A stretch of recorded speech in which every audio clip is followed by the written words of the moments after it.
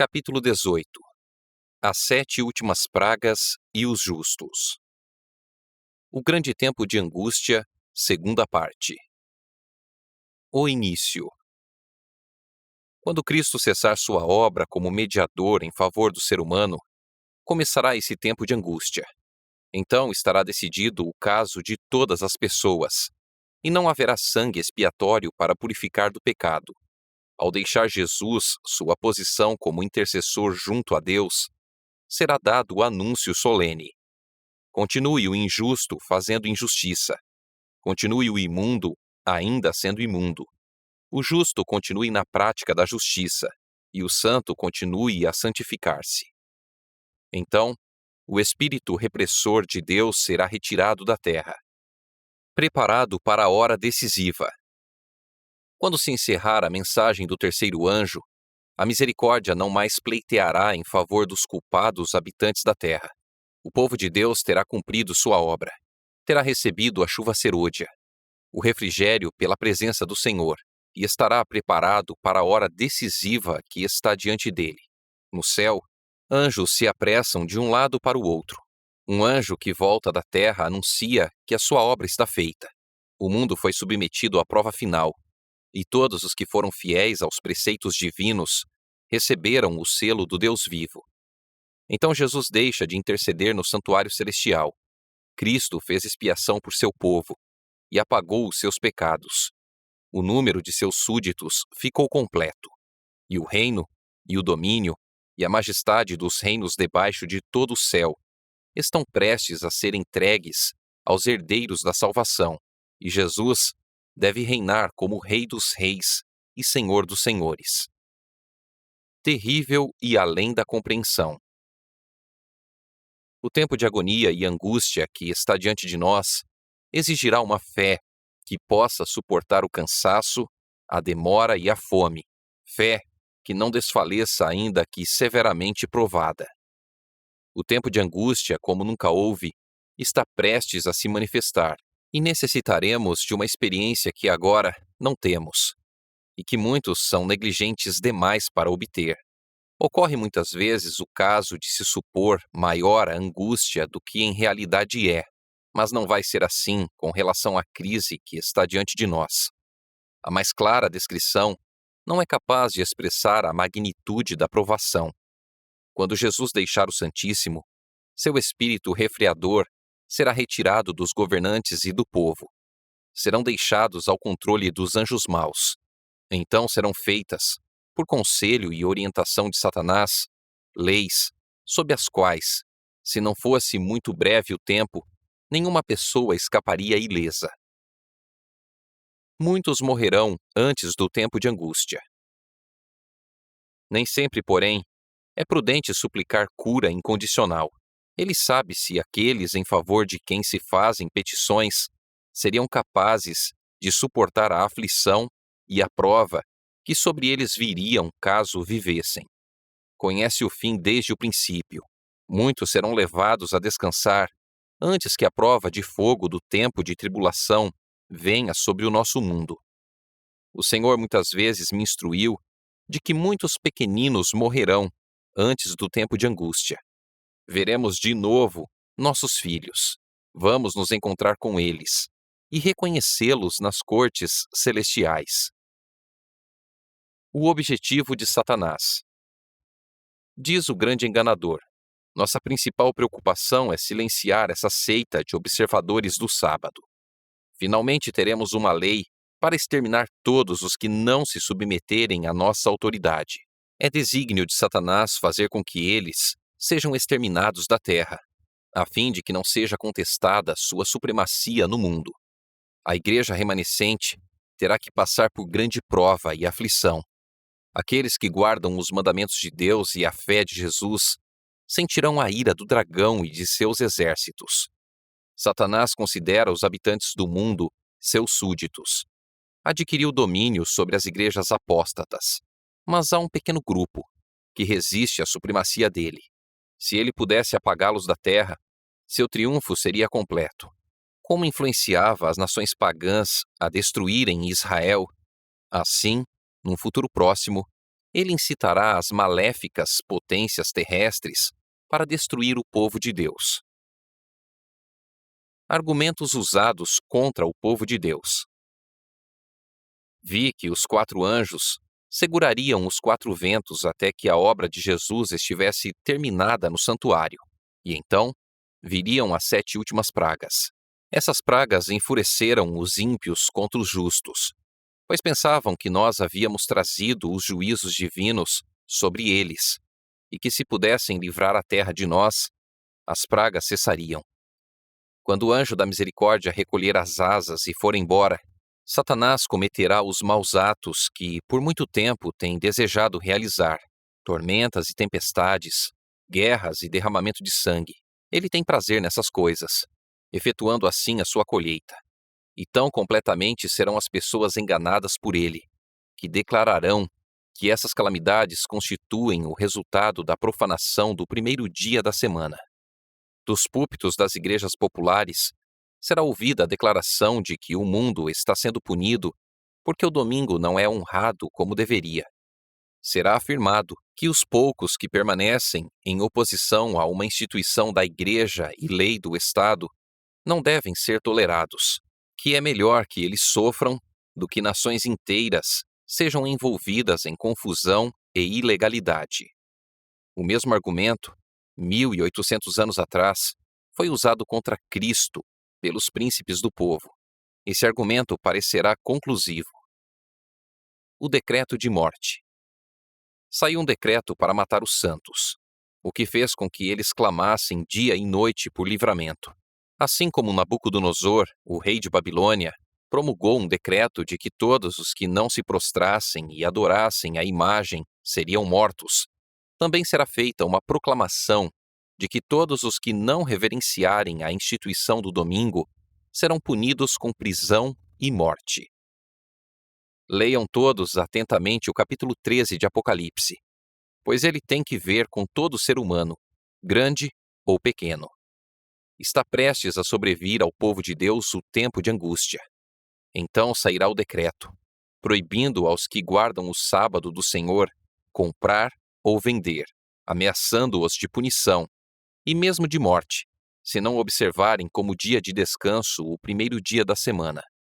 Os poderes da terra, unindo-se para combater os mandamentos de Deus, decretarão que todos, os pequenos e os grandes, os ricos e os pobres, os livres e os escravos, se conformem aos costumes da igreja pela observância do falso sábado.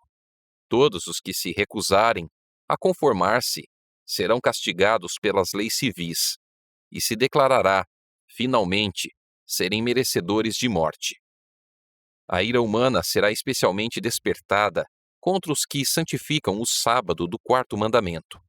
E, por fim, o decreto universal denunciará esses como dignos de morte. Semelhante ao de Assuero. O decreto que finalmente sairá contra o remanescente povo de Deus será muito semelhante ao que Assuero promulgou contra os judeus. Hoje, os inimigos da verdadeira igreja veem no pequeno grupo de guardadores do sábado um Mordecai à porta. A reverência do povo de Deus por sua lei é uma constante repreensão aos que têm deixado o temor do Senhor e estão pisando o seu sábado. Vi então os principais homens da terra se reunindo, e Satanás e seus anjos ocupados em redor deles. Vi um impresso, espalhado nas diferentes partes da terra, dando ordens para que se concedesse ao povo liberdade para, depois de certo tempo, matar os santos, a menos que eles renunciassem à sua fé estranha, abandonassem o sábado e guardassem o primeiro dia da semana. Se o povo de Deus puser a confiança nele e pela fé se apegar ao seu poder, os ardis de Satanás serão frustrados, tão evidentemente em nosso tempo como nos dias de Mordecai. Os remanescentes fazem de Deus sua defesa. Nesse tempo se levantará Miguel, o grande príncipe, o defensor dos filhos do teu povo, e haverá tempo de angústia, qual nunca houve, desde que houve nação até aquele tempo.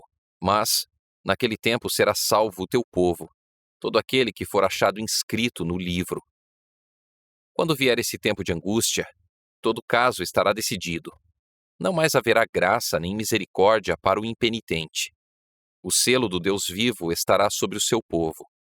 Esses poucos remanescentes, incapazes de se defender no conflito mortal com os poderes da terra, arregimentados pelas forças do dragão, fazem de Deus a sua defesa.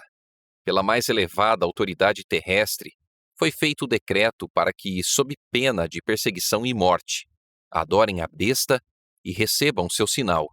Que Deus auxilie seu povo agora, pois sem sua assistência, o que poderá se fazer naquele tempo em tão terrível conflito? A fuga do povo de Deus. Quando o decreto promulgado pelos vários governantes contra os observadores dos mandamentos retirar deles a proteção do governo, abandonando-os aos que lhes desejam a destruição, o povo de Deus fugirá das cidades e vilas e se reunirá em grupos, habitando nos lugares mais desertos e solitários. Um grande número encontrará refúgio na fortaleza das montanhas. Muitos, porém, de todas as nações e de todas as classes, nobres e humildes, ricos e pobres, negros e brancos, serão lançados na escravidão mais injusta e cruel. Os amados de Deus passarão dias difíceis em prisões, sentenciados à morte, deixados a morrer de fome nos escuros e úmidos calabouços. Apesar de um decreto geral estabelecer um tempo em que os observadores dos mandamentos poderão ser mortos, seus inimigos, em alguns casos, se anteciparão ao decreto e, antes do tempo especificado, se esforçarão para tirar a vida deles. Mas ninguém poderá passar pelos poderosos guardas posicionados ao redor dos que são fiéis a Deus. Alguns serão atacados ao fugir das cidades e dos povoados, mas as espadas levantadas contra eles se quebrarão e cairão frágeis como a palha. Outros serão defendidos por anjos em forma de guerreiros. O povo de Deus nessa época não estará todo em um só lugar. Eles estarão em grupos diferentes e em todas as partes da terra, e serão provados individualmente, não em grupos. Cada um terá que resistir à prova por si mesmo. A fé dos membros da igreja será provada individualmente, como se não houvesse outra pessoa no mundo. Casas e terras não terão utilidade. Casas e terras serão de nenhuma utilidade para os santos no tempo de angústia, pois terão que fugir diante de multidões enfurecidas. E nesse tempo suas posses não poderão ser liberadas para o avanço da causa da verdade presente. Vi que se alguém se apegar à sua propriedade e não questionar o Senhor quanto ao seu dever, ele não fará conhecido esse dever, sendo-lhes permitido conservar sua propriedade, e no tempo da angústia, isso virá sobre eles como uma montanha para esmagá-los, e eles procurarão dispor dela, mas não será possível. Mas se desejassem ser ensinados, ele os ensinaria em tempo de necessidade, quando vender e por quanto vender. Agora é tarde demais para se apegar a tesouros terrenos. Em breve, casas e terrenos desnecessários não terão nenhum proveito para quem quer que seja, pois a maldição de Deus recairá cada vez mais intensamente sobre a terra. É feito o apelo: vendam o que têm e deem esmolas. Essa mensagem deve ser transmitida fielmente, causando motivação e entusiasmo nas pessoas, para que a propriedade de Deus retorne a ele em ofertas para o avanço de sua obra no mundo. Como o tempo de angústia de Jacó. Por fim, sairá um decreto contra os que santificam o sábado do quarto mandamento, denunciando-os como merecedores do mais severo castigo e dando ao povo liberdade para, depois de certo tempo, matá-los. O catolicismo, no Velho Mundo, e o protestantismo apóstata, no Novo, adotarão uma conduta idêntica para com aqueles que honram todos os preceitos divinos. O povo de Deus será então imerso naquelas cenas de aflição e angústia descritas pelo profeta como o tempo de angústia de Jacó. Aos olhos humanos, parecerá, entretanto, que o povo de Deus logo deverá selar seu testemunho com sangue, assim como fizeram os mártires antes deles. Eles mesmos começarão a recear que o Senhor os teria abandonado para caírem nas mãos de seus inimigos. É um tempo de terrível agonia. Dia e noite clamam a Deus rogando livramento. Assim como Jacó, todos estão lutando com Deus. Seu rosto expressa a luta interna. A palidez é estampada em cada rosto. Porém, não deixam de orar fervorosamente. A experiência de Jacó durante aquela noite de luta e angústia representa a prova pela qual o povo de Deus deverá passar pouco antes da segunda vinda de Cristo. O profeta Jeremias, em santa visão, olhando para esse tempo, disse: Ouvimos uma voz de tremor e de temor e não de paz, porque se tornaram pálidos todos os rostos. Ah, que grande é aquele dia, e não há outro semelhante. É tempo de angústia para Jacó, ele, porém, será livre dela. Os justos não terão faltas ocultas para revelar. No tempo de angústia, se o povo de Deus tivesse pecados não confessados que surgissem diante deles, enquanto torturados pelo temor e pela angústia, seriam vencidos. O desespero lhes suprimiria a fé, e não poderiam ter confiança para suplicar de Deus o livramento. Mas, ao mesmo tempo em que têm uma profunda intuição de sua indignidade, não possuem falta oculta para revelar. Seus pecados foram examinados e apagados no juízo. Eles não podem trazê-los à lembrança. O povo de Deus terá uma noção profunda de seus fracassos, e ao reverem sua vida, perderão as esperanças. Lembrando-se, porém, da grandeza da misericórdia de Deus e de seu arrependimento sincero, se apegarão às promessas feitas, por meio de Cristo, aos pecadores, desamparados e arrependidos. Sua fé não faltará por não serem suas orações respondidas imediatamente. Eles se apropriarão da força de Deus, assim como Jacó segurou o anjo, e dirão em seu coração: Não te deixarei ir, a não ser que me abençoes. Os santos não perderão a vida. Deus não consentiria que os ímpios destruíssem aqueles que estavam esperando pela trasladação, e que não se encurvariam ao decreto da besta, nem receberiam o seu sinal. Vi que, se fosse permitido aos ímpios matar os santos, Satanás e todo o seu exército perverso, bem como todos os que odeiam a Deus, ficariam satisfeitos. Que triunfo seria para a majestade satânica ter poder na luta final sobre os que por tanto tempo haviam esperado ver aquele a quem amaram. Aqueles que zombaram da ideia de os santos ascenderem ao céu serão testemunhas do cuidado de Deus para com o seu povo, contemplarão seu glorioso livramento. O povo de Deus não estará livre de sofrimento, embora sejam perseguidos e angustiados, embora suportem privações e sofram pela falta de alimento, não serão abandonados para morrer. Se o sangue das fiéis testemunhas de Cristo fosse derramado nessa ocasião, não seria como o sangue dos mártires, qual semente lançada a fim de produzir uma colheita para Deus. Deus proverá. O Senhor tem me mostrado repetidamente que é contrário à Bíblia fazer qualquer provisão para o tempo de angústia. Vi que se os santos tiverem alimento acumulado por eles no campo no tempo de angústia, quando a espada, a fome e pestilência estiverem na terra, seria tomado deles por mãos violentas, e estranhos ceifariam os seus campos. Será para nós então tempo de confiar inteiramente em Deus, e Ele nos sustentará. Vi que nosso pão e nossa água serão certos nesse tempo, e que não teremos falta, nem padeceremos fome, pois Deus é capaz de estender para nós uma mesa no deserto. Se necessário, Ele enviaria corvos para nos alimentar, como fez com Elias, ou faria chover maná do céu, como fez para os israelitas.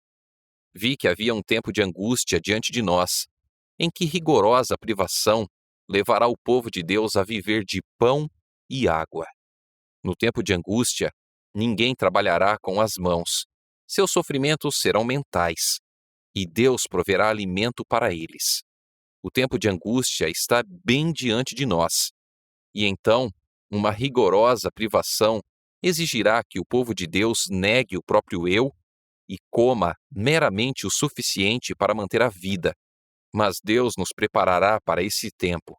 Nessa ocasião terrível, nossa necessidade será a oportunidade de Deus para comunicar seu poder, fortalecedor e amparar seu povo.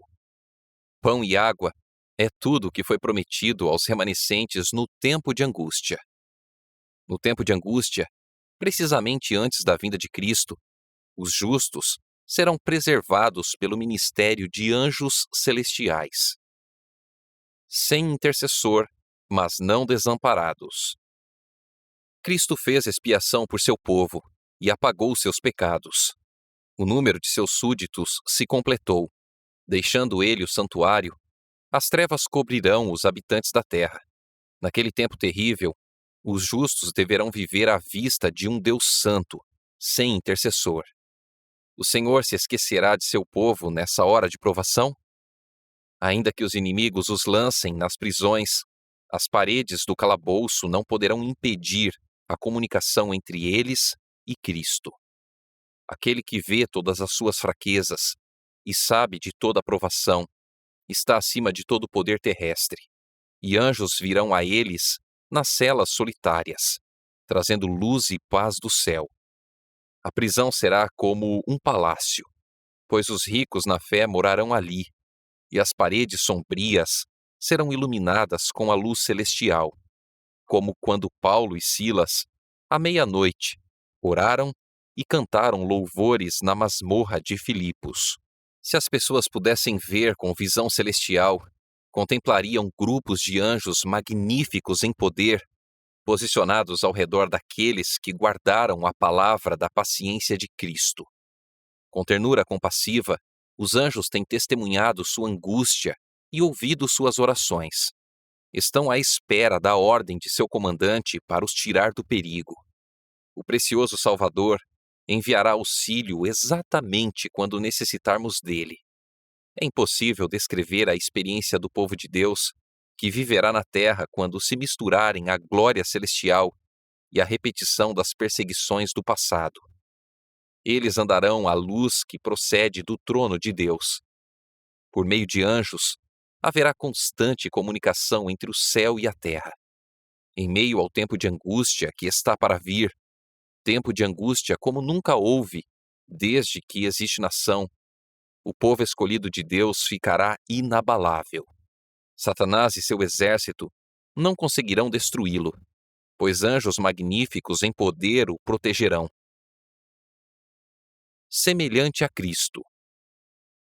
Neste momento, enquanto nosso grande sumo sacerdote está fazendo expiação por nós, devemos procurar nos tornar perfeitos em Cristo. Nem mesmo por um pensamento poderia nosso Salvador ser levado a ceder ao poder da tentação.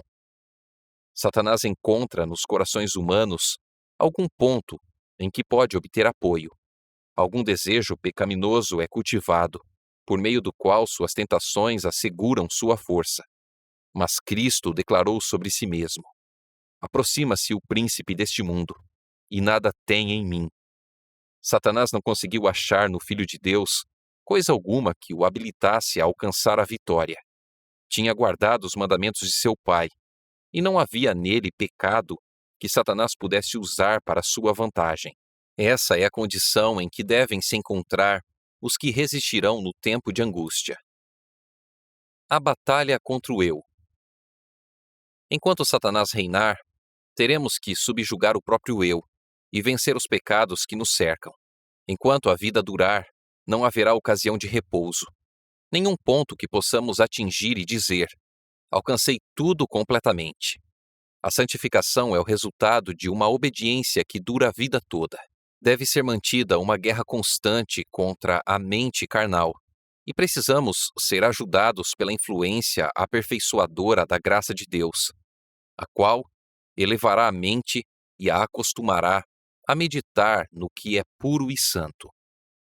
Podemos criar um mundo irreal em nossa mente ou conceber uma igreja ideal, em que as tentações de Satanás não mais induzam ao mal, mas a perfeição só existe em nossa imaginação.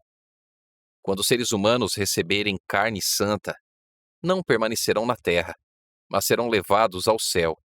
Embora o pecado seja perdoado nesta vida, seus resultados não são agora inteiramente removidos. É por ocasião de sua vinda que Cristo deve transformar nosso corpo de humilhação para ser igual ao corpo da sua glória.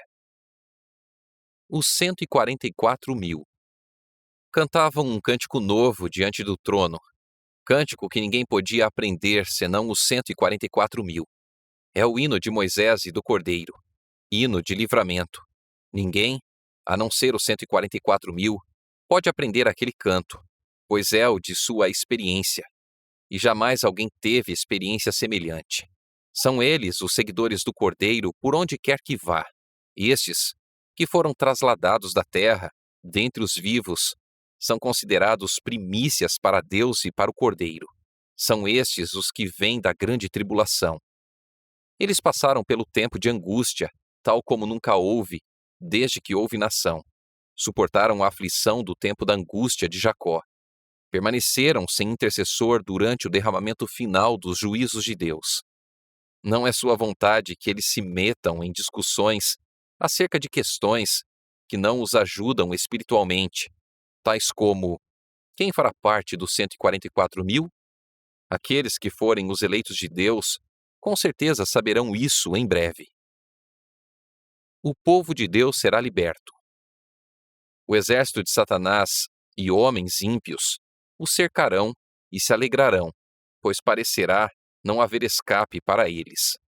Mas, em meio à sua algazarra e comemoração, se ouvirá estrondo após estrondo dos mais fortes trovões. Os céus se escurecerão, sendo iluminados apenas pela luz brilhante e pela terrível glória do céu, ao Deus pronunciar sua voz diretamente de sua santa habitação. Os fundamentos da terra serão abalados. Os edifícios vacilarão e cairão com terrível estrondo. O mar ferverá como uma caldeira, e a terra toda estará em horrível comoção. O cativeiro dos justos será desfeito, e em suaves e solenes sussurros dirão uns aos outros: estamos livres. É a voz de Deus.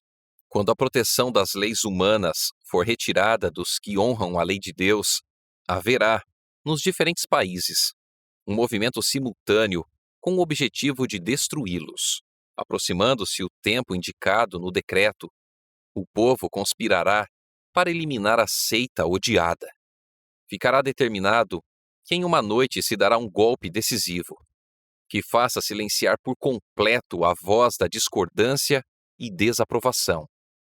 O povo de Deus, alguns nas celas das prisões, outros, escondidos nos retiros isolados das florestas e montanhas, pleiteará ainda a proteção divina, enquanto por toda parte grupos de homens armados, instigados pelo exército de anjos maus, estarão se preparando para o ato de morte, com brados de triunfo, zombaria e maldições.